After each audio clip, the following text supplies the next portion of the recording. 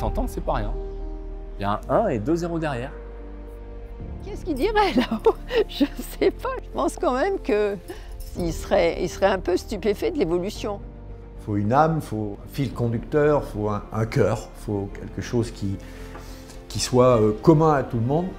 Cet héritage, il a un sens vraiment tout particulier. À part dans les entreprises familiales, on vit ça nulle part ailleurs.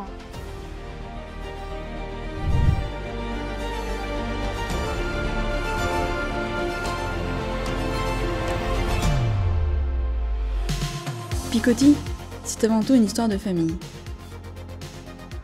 Tout a commencé à la Souterraine, en Creuse, avec mon arrière-grand-père André Picoty.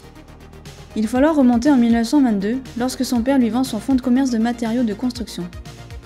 André décide de voir plus loin et de diversifier son activité en se lançant dans les produits pétroliers pour accompagner la mécanisation de l'agriculture. Il construit alors le premier dépôt pétrolier à la Souterraine, composé initialement de 4 bacs. En 8 ans, le dépôt s'étendra pour en accueillir 27 au total. La Seconde Guerre mondiale n'épargne pas l'entreprise. André est arrêté et son fils, Guy Picoty, s'engage dans la résistance. Et oui, dans la famille, on est indépendant. Et c'est cette façon de penser qui a guidé bon nombre de nos décisions. En 1953, Guy rejoint avec d'autres indépendants français la marque Avia, afin de concurrencer les grands groupes multinationaux tout en restant proche de ses clients. Réunir ses forces et travailler en équipe, c'est comme ça que le groupe a toujours fonctionné. Grâce à la collaboration et à la détermination de tous, la société poursuit son élan. En 1969, Picoty se développe avec l'acquisition d'un dépôt pétrolier à La Rochelle. Place stratégique sur la façade atlantique, il représente aujourd'hui un enjeu majeur pour l'avenir du groupe. S'ensuit l'ouverture de la première station-service autoroutière Avia en France et l'essor de la marque à l'international, porté par l'engagement des dirigeants de Picoty. Cet engagement, qui anime les différentes générations de ma famille, les pousse aussi à mener de nombreux combats, notamment celui de la libéralisation des prix. Ils finissent par obtenir gain de cause et permettent d'ouvrir la distribution de produits pétroliers à la libre concurrence en 1986. Les années 90 et le début des années 2000 marquent une période charnière de grand développement, avec l'investissement dans des fonds de commerce de fuel, le lancement de l'export de lubrifiants à l'étranger et le rachat de nombreuses stations-service.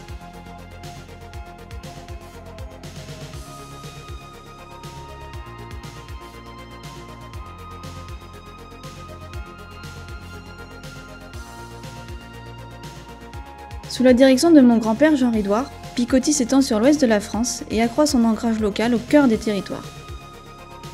Depuis 2005, c'est mon oncle, Michel Picoty, qui est président de la société.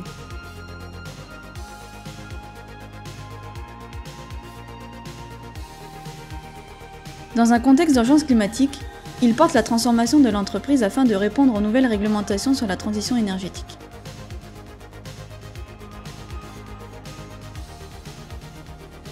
À partir de 2014, gaz, électricité et hydrogène rejoignent les activités de Picoty et de nouveaux métiers voient le jour en filiale.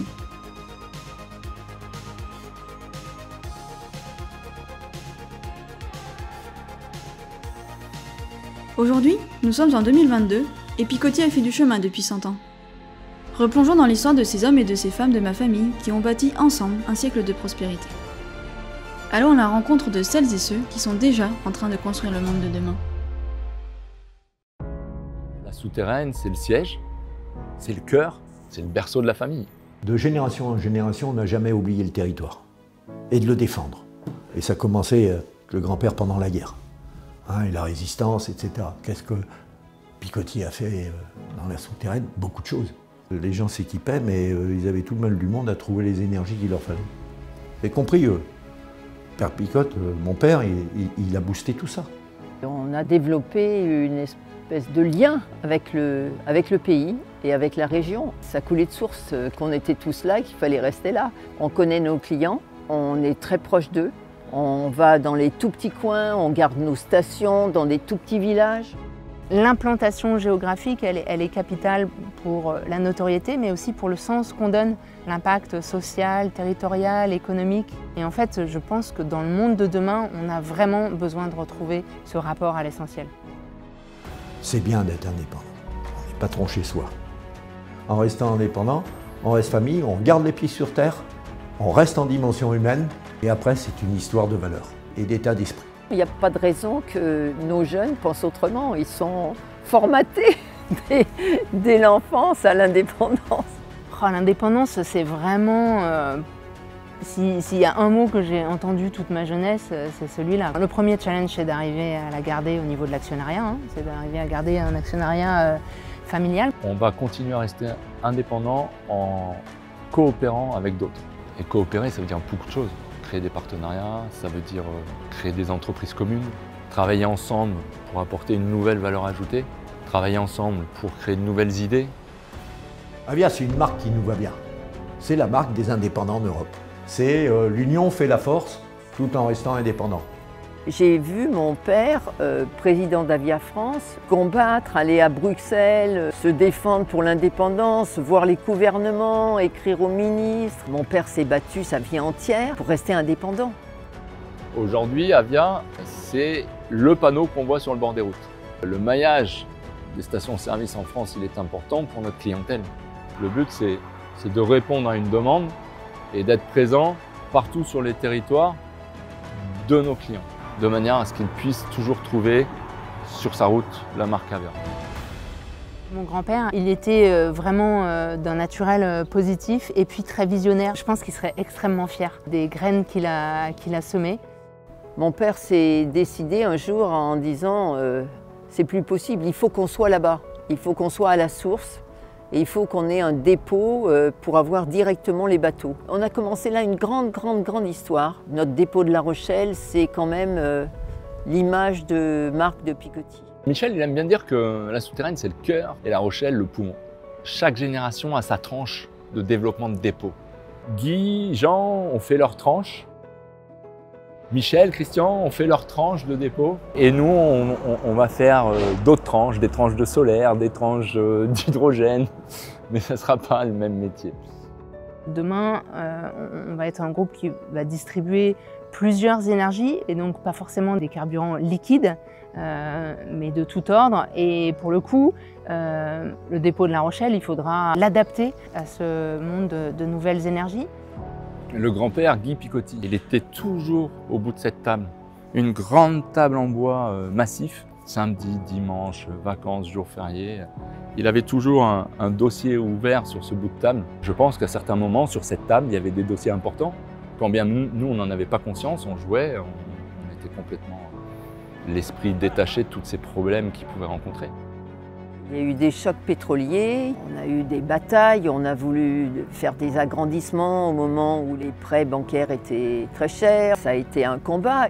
Comme toutes les crises, ça a été vécu avec une espèce de fièvre et de chaleur qui monte à l'intérieur même des collaborateurs, qui transforme Picoty en une cocotte minute. C'est incroyable la force qui se dégage d'un effet de crise chez nous. Donc la force pour passer la crise, je crois que c'est l'engagement de chacun des hommes et des femmes qui composent l'entreprise. En fait, ce qui nous a remué beaucoup au niveau du réseau, c'est justement que les raffineurs tournent le dos au marché français et qu'on ait eu des opportunités de rachat de réseau. Nous, on a bombé dessus et on est rentré de façon assez massive. Et là, on a marqué vraiment une présence qui a relevé le niveau d'Avia. Avant l'évolution du réseau, on est passé par l'évolution des filiales. Cette étape filiale a été extrêmement importante parce qu'elle nous a amené une pagaillée de volume. Mais n'empêche qu'on conservait les patrons. On a toujours eu ce feeling de conserver le patron parce qu'encore une fois, la réussite, c'est les hommes. Et ce que Mathias a fait, c'est vraiment que ces patrons de filiales se sont bien intégrés. On a fait beaucoup de croissance externe. On a continué cette route qu'ils nous ont montrée. Et aujourd'hui, on est monté jusqu'à 39 filiales qu'on a restructurées, qu'on a fusionnées pour vraiment être ancrées dans les territoires, pour les rendre plus pérennes, plus fortes. Ce qui fait notre force aujourd'hui, c'est cette proximité, c'est ce maillage territorial. C'est le fait qu'on soit proche du client final, de l'usager. C'est le fait qu'on ait des filiales qui sachent livrer sans faire des centaines de kilomètres des clients de manière assez réactive et avec le sourire. Non seulement on a eu raison de les acheter, mais en plus elles ont un certain avenir. Souvent, il y avait des raffineurs qui étaient en ligne avec nous en concurrence et souvent on gagnait parce qu'on avait cet esprit familial, cet esprit, ces racines. Et les gens d'une petite entreprise, ils se trouvaient mieux avec nous qu'avec des grands raffineurs. Le directoire aujourd'hui chez Picoty, il est composé de 4 personnes. On a 3 membres de la famille et on a une personne qui ne fait pas partie de la famille. Et heureusement, j'ai envie de dire. C'est toujours super agréable d'avoir un œil extérieur qui permet aux membres de la famille qui sont membres du directoire de tenir compte de chacun des avis et peut-être, je dirais, d'être le juge-arbitre. Moi, j'ai grand plaisir à travailler avec mes oncles. Et moi, j'ai appris beaucoup à leur côté. Globalement, c'est des super bosseurs, donc c'est des gens pour qui on a plaisir à travailler. Le duo avec Christian, le duo il est inné parce qu'on est tombé dedans tout petit, on a chacun nos compétences. Et la force de cette entreprise, c'est qu'elle n'avance que de manière collégiale. La responsabilité du directoire, c'est d'emmener la société sur finalement les bons rails. Il faut vraiment penser la transition énergétique. On accompagne l'ensemble de notre écosystème, l'ensemble de notre clientèle à moins consommer, à mieux consommer. Et c'est ça le challenge de demain. Ça change, je pense, fondamentalement notre approche du marché. Ça ne change pas notre vocation d'énergéticien, de distributeur d'énergie, multi-énergie, multi-service. Mais je pense que ça change notre façon de penser le business. L'industrialisation, tout s'est construit sur l'énergie, et essentiellement fossile, donc pétrole et gaz. Et du coup, il faut assumer ça. Mais maintenant qu'on sait, il faut provoquer, et je dis bien provoquer, piloter la redirection qui s'impose. Ça se fera avec les équipes, donc les équipes, il faut les faire monter en compétences, il faut leur expliquer ce qu'ils ont à y gagner à cette transition et les rassurer sur le fait que leur métier d'hier ou d'aujourd'hui ne sera pas le même dans quelques années, mais que c'est OK et qu'on va les aider à maîtriser leur métier demain. La transition générationnelle, elle est presque aussi importante que la transition énergétique. Je pense qu'avec un profond respect les uns envers les autres, plus généralement la génération 3 envers la génération 4, je pense qu'ils ont compris qu'il y avait des compétences dans la famille, qu'on avait envie, qu'on avait vraiment le désir d'honorer finalement l'héritage. On a intégré récemment plusieurs cousins et je suis ravi que mes cousins et jusqu'à ma sœur aient intégré récemment le groupe. Quand je les vois motivés comme ils le sont sur nous mener à un demain cohérent, fiable et périn, eh ben c'est normal qu'on ait 100 ans. Puis on aura certainement 200 ans. Je voudrais bien accompagner et aider à avancer et marcher avec eux. On a eu jusqu'à maintenant des dirigeants qui ont su être meneurs et entraîner les équipes, mais on a aussi des équipes qui ont été des fois plus entraîneurs que les patrons eux-mêmes. Et ça, c'est formidable. Mon grand-père disait, il nous l'a écrit même, il nous l'a écrit dans une charte familiale, « Rien ne se fera de solide qui ne soit construit sur l'humain ».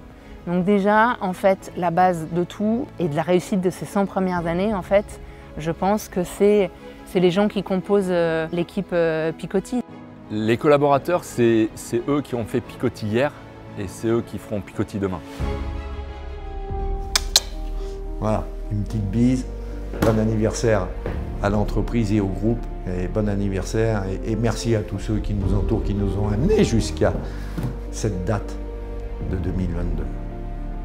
Joyeux anniversaire à Picoty. Un joyeux anniversaire à cette jeune dame que je souhaite partager avec tous ceux qui ont construit l'histoire de Picoty. Picoty, c'est 100 ans! Joyeux anniversaire, Picoty! Joyeux anniversaire!